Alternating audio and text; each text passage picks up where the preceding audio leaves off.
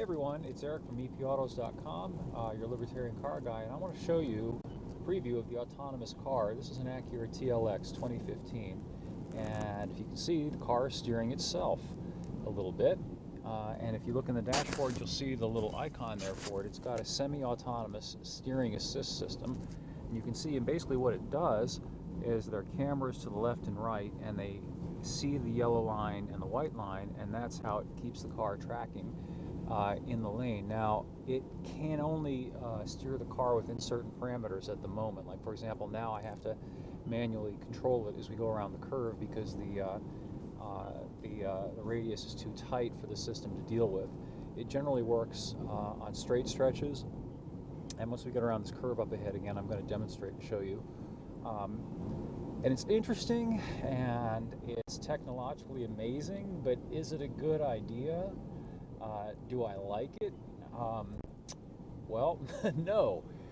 First of all, I think it is one of these technologies that, while on the surface supposedly enhances safety. Here, I'm gonna engage it again and get it all set up in here and let it go. All right, now I'm not touching the steering wheel, and the car should stay in the lane by itself. Let's see if it does. You can tell.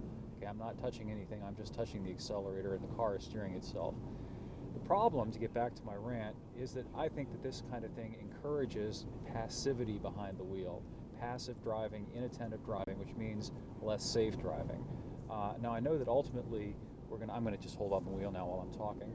Ultimately, we're going to get to these completely autonomous cars where people will assume that the car does everything for them, and maybe it will. But what if it doesn't? There's that fact to consider. For example, this thing, if the line isn't painted in the road, it can't tell that there's the shoulder and the end of the road, and you could go careening off the road if you're not paying attention. So there's all that to consider and take into account. But fundamentally, or philosophically, I guess I would say, I just don't like not being the driver.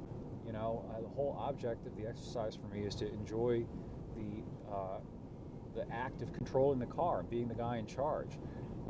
You know, if I didn't want to be driving the car, I think I'd probably just go ahead and live in the city and ride the bus or take the train. So I don't know, maybe it's because I'm a Gen X, aging Gen Xer, and I didn't grow up with all this electronic stuff, but I really don't like it, and they can try and drag me kicking and screaming into this bright future world that's borning, because I personally want no part of it. Interesting, though, to get your thoughts.